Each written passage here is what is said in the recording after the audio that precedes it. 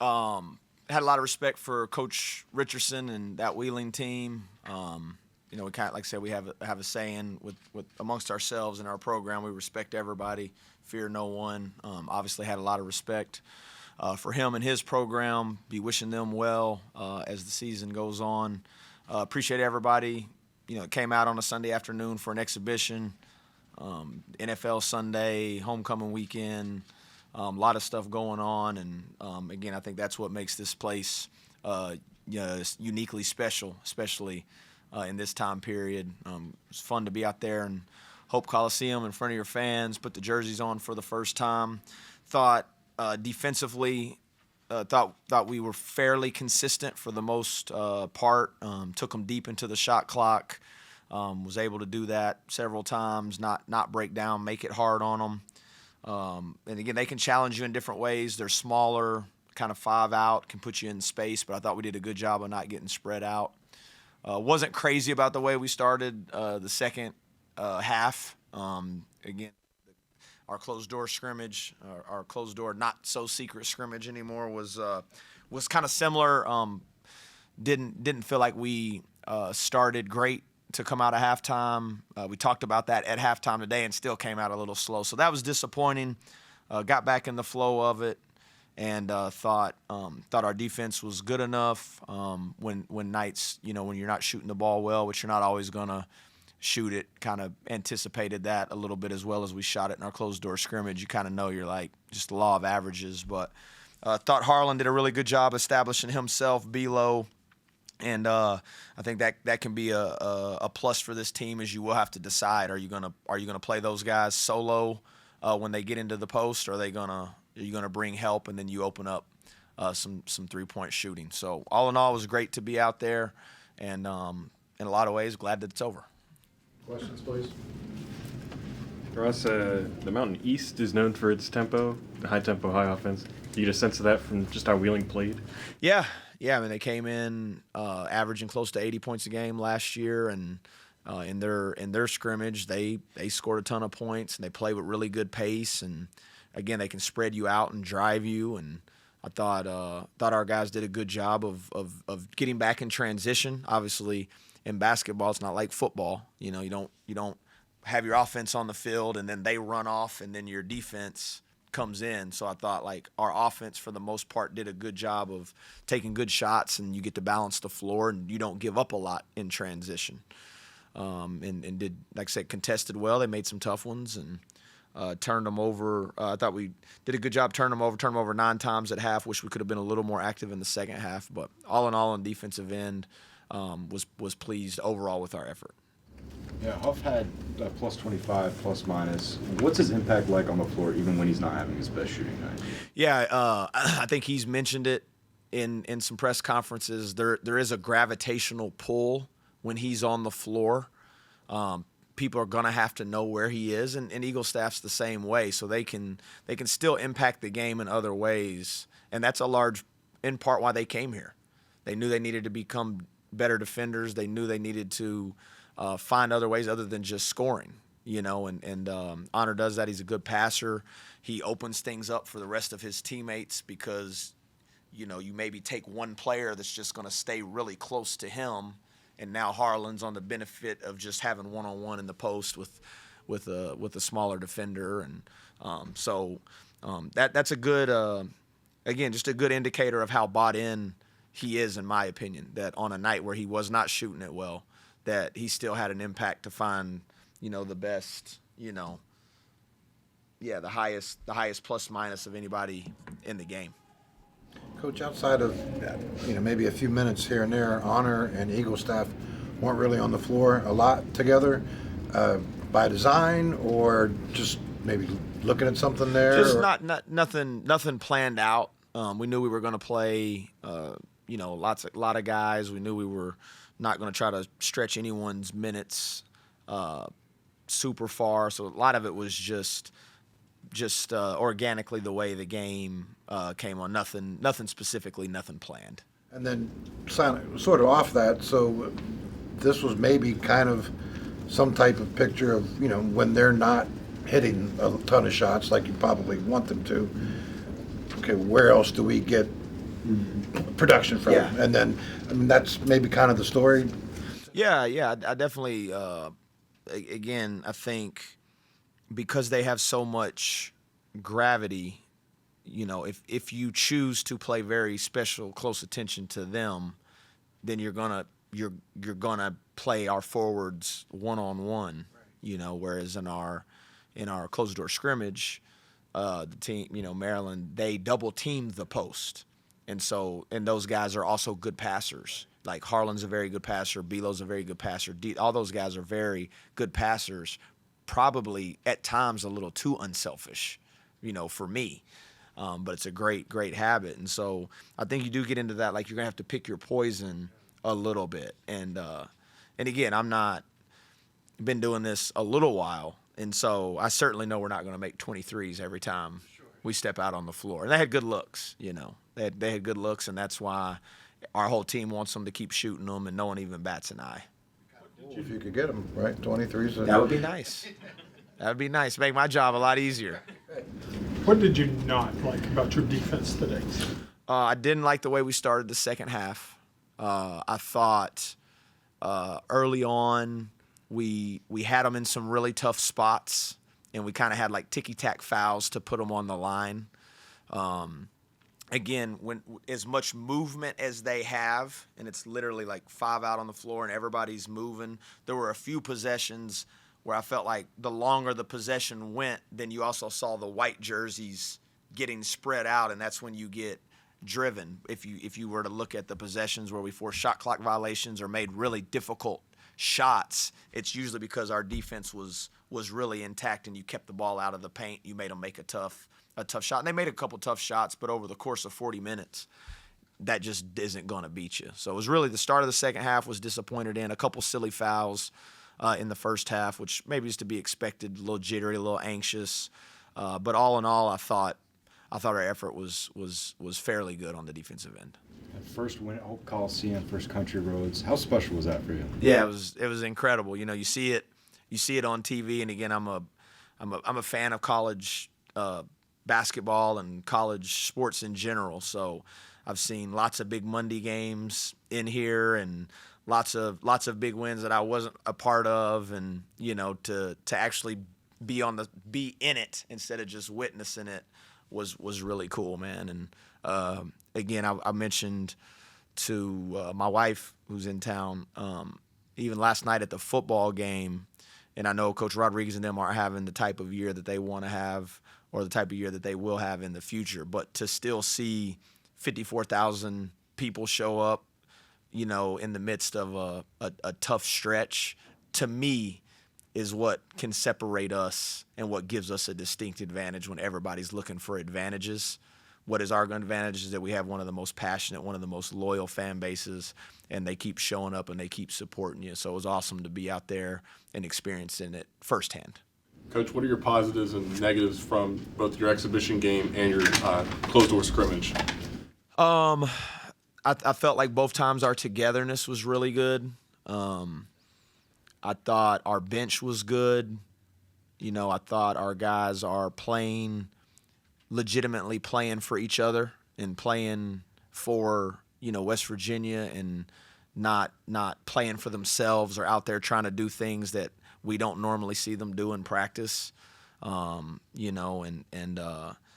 that's kind of what you're measuring a lot of this stuff. You're looking at body language.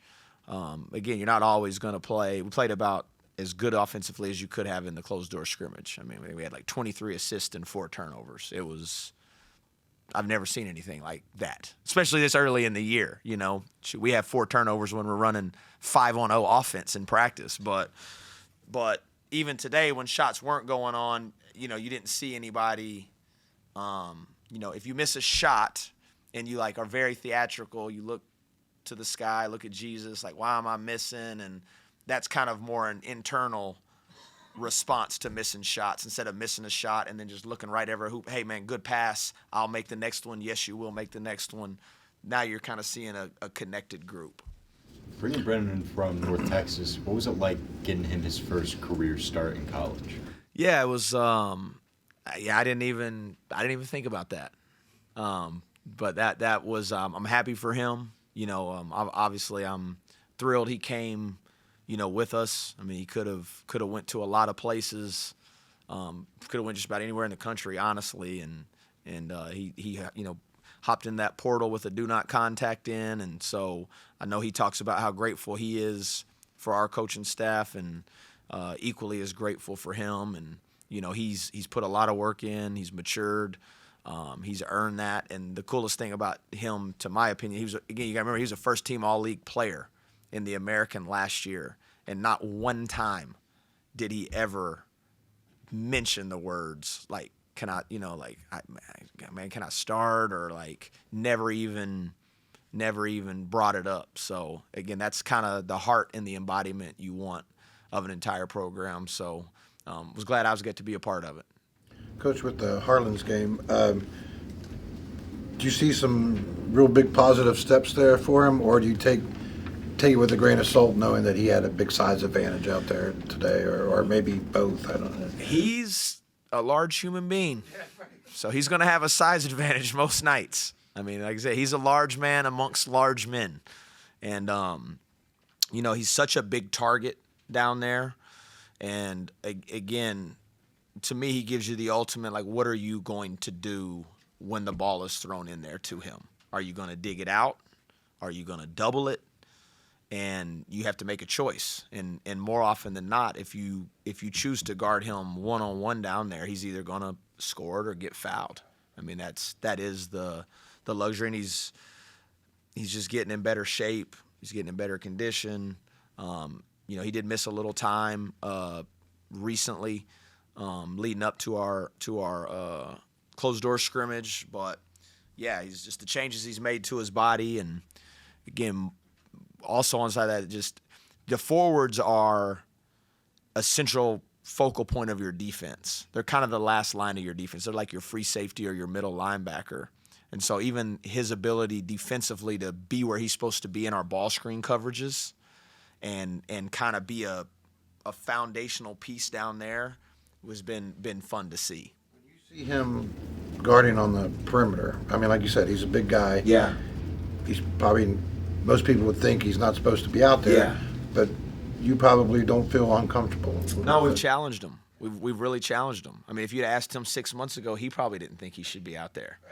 But, we've challenged him. He does have good feet. He's got great size. So it's really just about getting him comfortable being out there, engaging the proper amount of distance. And just, if they make a tough shot over you, then you tip your hat to them, but you don't need to foul them. You don't need to panic. And a lot of it's just getting comfortable being out there on the perimeter, which he has. And one last one, Jenkins with his shoulder brace, is that new or something he's always just banged up a little bit, and it's just something he's gonna play with, and he'll have to wear when he plays. What have you thought about his performance so far between today and also the closed door scrimmage? Yeah, he gives you such a different punch. Jasper's so in control and such a good. He's an old school Chevy. He's just gonna body blow you, and he's methodical, and Amir gives you kind of like that downhill burst presence. And I thought as the game went on, he played better and played better. A little nervy like to start the game, which they should be. Like I would tell him all the time, if you don't have a little nervousness, then you're not like alive. So I think he settled in, and you saw his ability to really get in the paint and then find people when he gets in there. How important will this film study be leading into next Tuesday's game? Yeah, we gotta have like our best week of practice. We gotta have our best week of practice, and take what you can take from this on both sides of the ball, and learn from it, and then add to our package of what we like to do. And because once Tuesday gets here, you won't have much time for practice. I mean, I don't know it specifically, but I'm pretty sure it's like Tuesday, Thursday, Sunday, Thursday, Monday, Friday, Sunday. So it'll be very important. Anything else? Do you lean on Jasper and Brennan to be leaders on the floor because they've been with you and they know kind of the situations that you like to do stuff in? Yeah, Yeah, and both those guys have really grown into that role. They believe in what we're doing, so it's easy. You know, if you really believe in something, and you have the same level of belief in it that I do, then you take ownership in it. And so to see them like come in last year and they're just trying to figure it out, and now try to help other people figure out. They've been a great conduit. And if you think positionally, they kind of play Jasper's with the guards, Belo's with the forwards, so you kind of have a bookend on both ends that can help those other guys. And, you know, hey, like, this is, you know, don't listen to how he say it, listening to what he's saying it, and can really help facilitate that message behind the scenes. On that note as well, how important is it kind of coming into this new situation with so many new players for WVU, having a point guard specifically that you know you can trust? Yeah, it's everything in a lot of ways. And more than anything, I've mentioned this in the past, like Jasper has probably the best intangibles of any player that I've been around in my 23 years of college coaching. And he's the same guy, whether we win and he scores 20 or we lose and he was bad. He's the same guy the next day. He'll sit in here and answer all criticism and take the blame. And that's almost as important. Do I trust him on the floor? Absolutely. But I also know if things ever get rocky, which they will, you know, that he's going to be that pillar that can hold that thing together. And he has such a maturity with everything, and he really is an old soul if you get to know him. And he plays at his pace. He eats pregame meal at his pace. I mean, he doesn't do anything fast, man. He's one of those, like, you know, when your parents tell you to slow down and eat your food, you don't have to tell him to slow down. He's savoring every bite. Hey, Ross, what changes without Chance the next couple of games, and Jackson, any closer to have like a timeline on him? I think we'll have an exact timeline on Monday, a little bit more. You're really just trying to get the strength back in it and the flexibility. But he's you know, on schedule, ahead of schedule with that stuff. You're just kind of a race against time. And then, yeah, we'll definitely miss Chance. There's no if and buts about that. And really, you lose a versatile piece.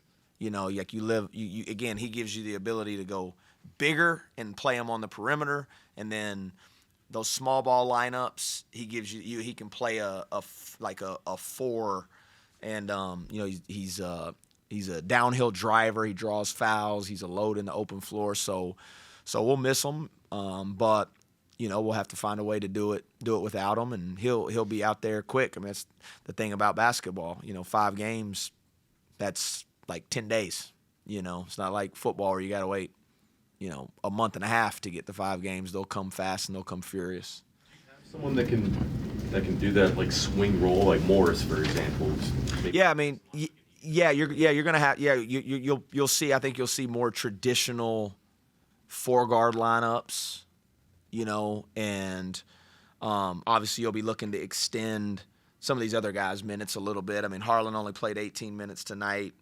DJ played 16, so you'll have an increase in some of those lineups, and then you'll have like traditional 4-guard lineups, whether it's, you know, Amir, Honor, Trey, Morris, Jasper, Trey, Morris. I like just that combination of the 4 guards, and then you got the young guys like Jaden, you know, Forsythe, who you saw what he's capable of, and trust him, and he's getting better defensively, and that's where you're going to earn minutes with us. And he works really hard, and he wants to be coached, and that's what you love about him. Coach, thank you. All righty, thank you.